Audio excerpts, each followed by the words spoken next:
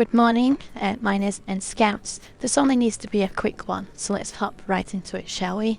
Septic Spreader. What is it? How do we deal with it best as scouts? Well, what do we know about the Septic Spreader? We know that its big glowing red sac is a ×2 multiplier weak spot. So that's obviously where we want to be aiming. We also know it has a 50% immunity to fear, so we don't want to rely on fear to disable it temporarily. You're better off using stun. Now, the miner's manual is a little misleading. It says it's best to engage them at range. I actually wouldn't recommend this because they love their red pew at you from range. They kind of like the Glyphid artillery. Here's a tip for you. That just like other bugs like the tri-jaw, it actually struggles to hit you as long as you're moving forward. Just move forwards. You see here, I'm moving forwards, so the Septic Spreader can't hit me. So how about we go into the training arena and check out the Septic Spreader in live action.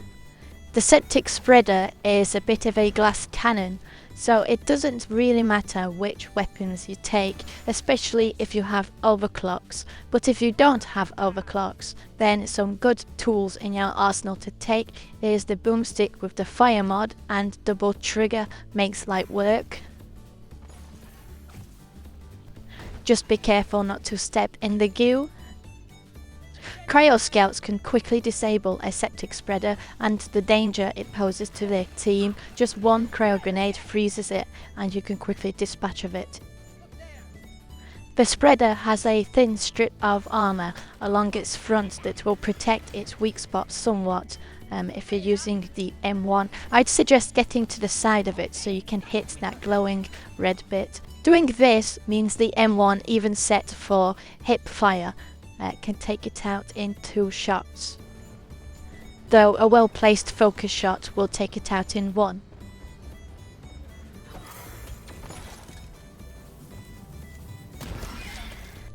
The same goes for the Bolt Shark. You don't need overclocks. Broadhead gives you 130 damage per bolt. That's enough to take out a Septic Spreader with just 1 bolt with a well-placed arrow to its weak spot.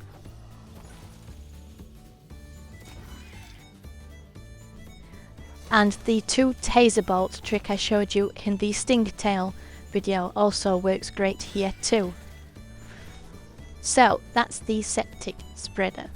In short, it doesn't really matter which weapons you take.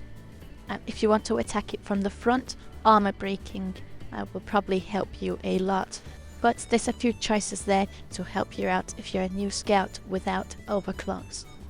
How to quickly deal with a Septic Spreader for yourself and your team.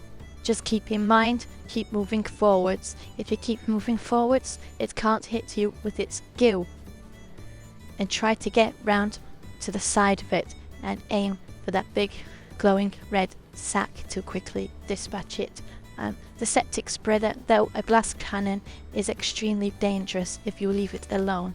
Don't leave it alone. As a scout, it should be your priority target. If a Septic Spreader spawns, drop everything and anything else you're doing and take it out. That's your job. Grapple to it, take it out. Once you've done that, I suggest targeting any stingtails. It's always important to learn to prioritize, but I'd say the Septic Spreader should be your #1 priority. Take that out, and then the stingtail, and then the rest.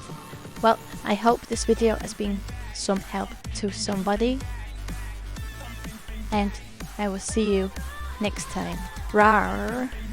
Your Panda Big Sis is going to go get a drink at the bar.